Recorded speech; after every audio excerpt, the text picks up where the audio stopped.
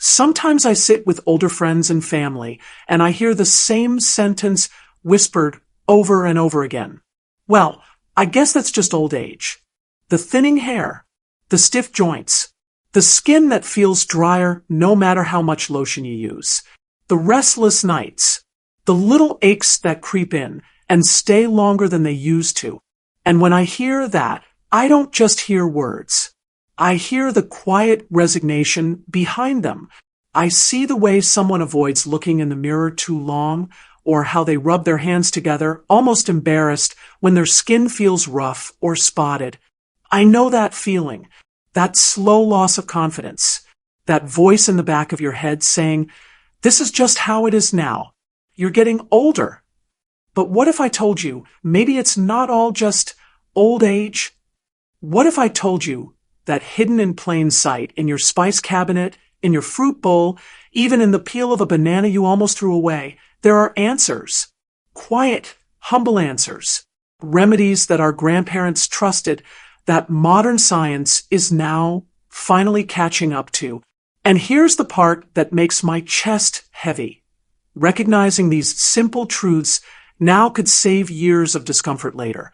Years of stiffness, of unnecessary treatment, of quietly suffering when you don't have to.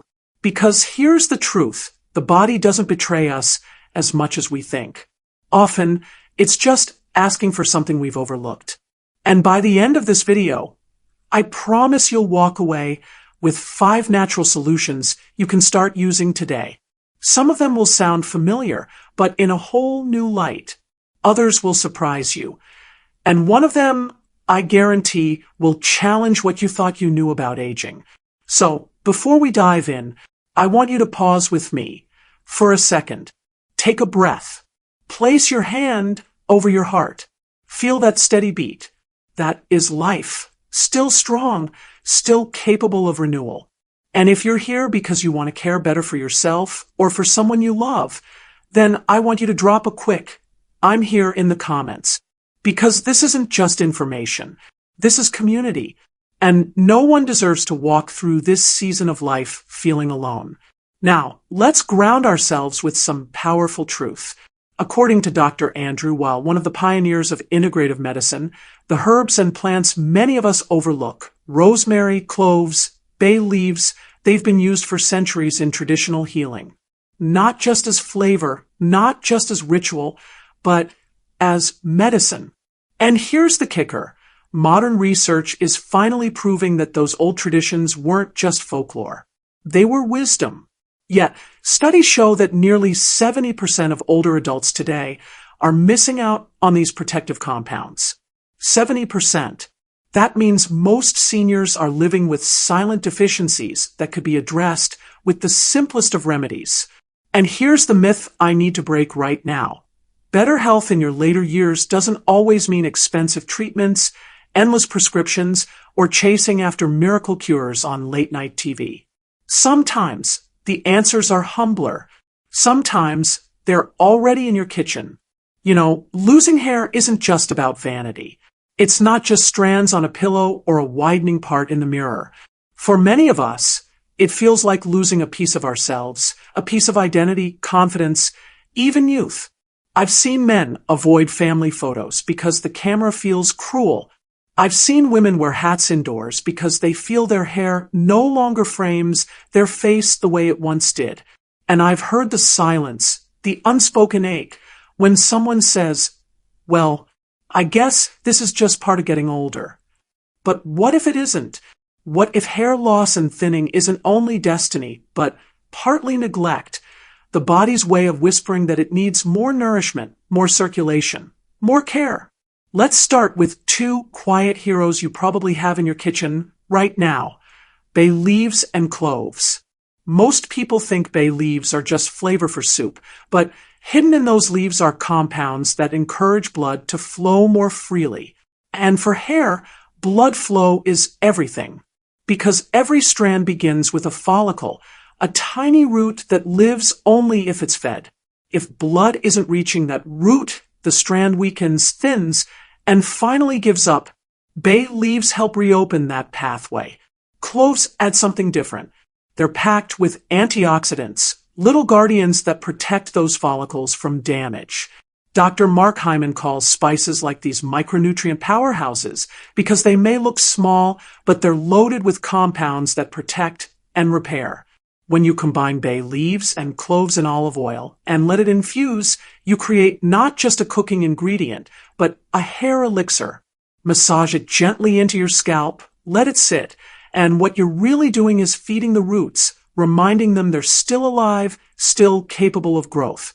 But there's another ally, one that has been whispered about in ancient medicine for centuries, and is now backed by modern research. Rosemary. Rosemary isn't just a fragrant herb. It's a stimulant for the scalp. It wakes up dormant follicles. It encourages them to push out new strands. In fact, some studies have shown that rosemary oil can be just as effective as certain commercial hair growth treatments, without the harsh side effects. Imagine that something growing in a garden rivaling modern pharmaceuticals. The way it works is beautiful in its simplicity. Rosemary increases circulation to the scalp, more blood, more oxygen, more nutrients rushing to those roots. It's like watering a plant that's been dry for too long. Slowly, steadily, it perks back up. And if used consistently, rosemary doesn't just help with fullness. It can also make strands thicker, shinier, more resilient. Now, here's something most people overlook. It's not always about what goes on the hair, but also what nourishes it from within. Vitamin E is one of those quiet, essential nutrients. It protects the cells that line the scalp, reduces oxidative stress, and gives hair the foundation to grow stronger. You can find it in almonds, sunflower seeds, and of course, olive oil. But a few drops of vitamin E oil massage directly into the scalp can deliver that support right where it's needed most. And here's the misconception I want to shatter today. Thinning hair is not always inevitable. It's not always genetics. And it's not always age. Yes, those play a role, but so do circulation, nutrition, and care. When we treat our scalp like living soil, when we massage it, feed it, and protect it, we give our hair the chance to thicken again. So here's my advice if you feel your hair has been slipping away. Start small. Create a simple blend. Olive oil infused with bay leaves, cloves, and a sprig or two of rosemary. Warm it gently, let it cool, and then once or twice a week massage it slowly into your scalp. Don't rush. Take your time. Breathe as you do it. Think of it not just as treatment, but as ritual, a moment of care you've earned. Because hair loss is more than cosmetic. It's emotional. It's about how you carry yourself into the world. And when you give your hair the chance to be fuller and stronger, you're not just restoring strands, you're restoring confidence. And maybe, just maybe, you'll look in the mirror one morning, run your hand through your hair, and feel something you haven't felt in years. Hope. So here's what we'll need for this journey toward fuller, richer hair. 8 to 10 bay leaves, 2 tablespoons of cloves, 4 to 5 sprigs of rosemary, 150 milliliters of olive oil, 1 ripe banana peel, another 100 milliliters of olive oil, and if you have it, just a few drops of vitamin E. That's it. Nothing more. Simple, familiar, close at hand. Before we begin, a gentle safety note. Quick and kind, do a patch test. Put a drop of finished oil on the inside of your forearm, cover it, and check after 24 hours for any redness or itch. If your skin reacts, don't use the blend on your scalp. If all is well, we proceed. Now gather your tools. A clean glass jar with a tight lid, a small pot for a water bath, a small piece of clean cloth or muslin, a fine sieve, a measuring cup or kitchen scale, a spoon, and a clean funnel if you have one. Have a clean towel and a basin ready for the massage. Keep everything close, we won't rush. Step-by-step preparation of our growth and depth oil, bay leaves, cloves, rosemary, 150 milliliters olive oil. Place 8 to 10 bay leaves, 2 tablespoons of cloves, and 4 to 5 sprigs of rosemary into a clean, dry glass jar. Pack them gently, but leave a little room at the top. Pour 150 milliliters of olive oil over the herbs until they are fully submerged. Leave a little headspace so the lid can close without overflow. Close the jar tightly. Place a small cloth in the bottom of a pot to prevent the jar from rattling. Then set the jar upright in the pot. Pour warm water into the pot, so the water level reaches about 2/3 up the side of the jar. The idea is a gentle double boiler. The oil warms slowly and safely. Heat the pot on the stove over low heat, so the water barely simmers. Keep it at that gentle warmth for 40 minutes. You should see tiny shimmer lines on the oil but no vigorous bubbling. This is careful, slow extraction. After 40 minutes, remove the jar from the water and set it on the counter. Let it cool until it's comfortably warm, then place it somewhere to cool completely. An hour or two is fine. Cooling lets the plant compounds settle into the oil. Once cool, open the jar and strain the oil through a fine sieve lined with the clean cloth into another clean container. Squeeze the cloth to extract as much oil as you can. Discard the herbs. Add 3 to 5 drops of vitamin E to the strained oil, optional, and gently swirl to mix. This helps preserve the oil and gives extra scalp support. Seal the jar and label it growth and depth oil with the date. Preparation: gloss and tone banana oil, banana peel with 100 milliliters olive oil. Cut the ripe banana peel into small strips so it fits easily in your jar. Place the peel into a separate clean jar and pour 100 milliliters of olive oil over it, fully covering the peel. Close the jar and place it in the same double boiler setup. Cloth in the pot, jar upright, water to 2/3 up the jar. Warm gently over low heat for 10 minutes. We're softening the peel and coaxing its nutrients into the oil without cooking it harshly. Keep the water barely simmering. Remove the jar and let it cool until warm, then allow it to rest until room temperature. Strain through the cloth-lined sieve into a clean bottle. Squeeze the peel to collect as much oil as possible. Discard the peel. Add 2 to 3 drops of vitamin E if you like, swirl to mix, and label the jar banana gloss oil with the date. Combining, but this is optional. If you want one jar that carries both effects, you can either keep them separate and use them in sequence, my preferred method, or blend 1 part banana gloss oil with 2 parts growth and depth oil in a clean jar and give it a gentle stir. Label and date that jar. How to apply step by step. Prepare your space. Sit in a comfortable chair, drape a towel over your shoulders, and have a small bowl nearby with warm water to rinse your hands. Measure the oil. For short hair, use 1 teaspoon to 1 tablespoon. For medium to long hair, use 1.5 to 2 tablespoons. If you're mixing both oils, use a combined total in these ranges. Warm the oil in your hands. Rub the oil between your palms until it's slightly warm. Body temperature is perfect. Do not microwave the oil in the jar. Warming in your hands or placing the closed jar in warm water for a minute is safer. Section your hair.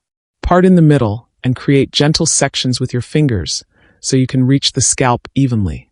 Apply to the scalp. Using your fingertips, pads of the fingers, not nails. Dip into the oil and place small dots across the scalp, along the hairline, temples, crown, and vertex. Think of it like tapping a map. Cover every area where hair feels thin. Massage technique. With both hands, massage in slow, circular motions for 5 to 10 minutes. Use light to medium pressure. Start at the front hairline, move toward the crown, then the sides, finally the nape. The motion should be calming, not rough. Imagine you're coaxing blood gently to the surface. If you find sensitive spots, soften your touch there. Distribute if needed. If you want the hair shaft nourished too, take any remaining oil and smooth it through the length of the hair, focusing on the ends. This helps with shine and the appearance of density. Leave in time. For best results, leave the oil on for 30 minutes at minimum. For deeper work, wrap your head with a warm towel and leave overnight. If you sleep with it, protect your pillow with an old towel. Rinse and wash. After the treatment time, wash with a gentle, sulfate-free shampoo. You may need to shampoo twice to remove all oil. Follow with a light conditioner if you normally use one. Pat hair dry, don't rub vigorously. Frequency and routine. Initial phase. First 3 months use the growth and depth oil once or twice weekly. If twice, space sessions 3 to 4 days apart, for example, Tuesdays and Saturdays. Use the banana gloss oil once weekly or alternate it with the herb oil, example, herb oil 1 week, banana oil the next. Or apply the banana oil as the nightly treatment once every 7 to 10 days. Maintenance phase. After 3 months, if you see improvement and want to maintain, reduce to once weekly for growth oil and once every 10 to 14 days for banana gloss. Patience is key. Hair grows slowly. Expect to give this routine 8 to 12 weeks before assessing visible change. Consistency matters more than intensity. How much to use each session? A short or thinning hair, 1 teaspoon, 1 tablespoon of oil. Medium, 1 to 1.5 tablespoons. A long or thick hair, 1.5 to 2 tablespoons, with extra for the lengths if needed. Storage and shelf life. Keep all jars sealed in a cool, dark cupboard away from direct sunlight. Properly prepared and stored, each oil should remain good for up to 6 months. If the oil smells rancid or looks cloudy, discard it. Always label with preparation date. Extra notes on care and sensitivity. Perform that patch test before first full application. If you experience any irritation, redness, itching, or unusual discomfort, stop use immediately.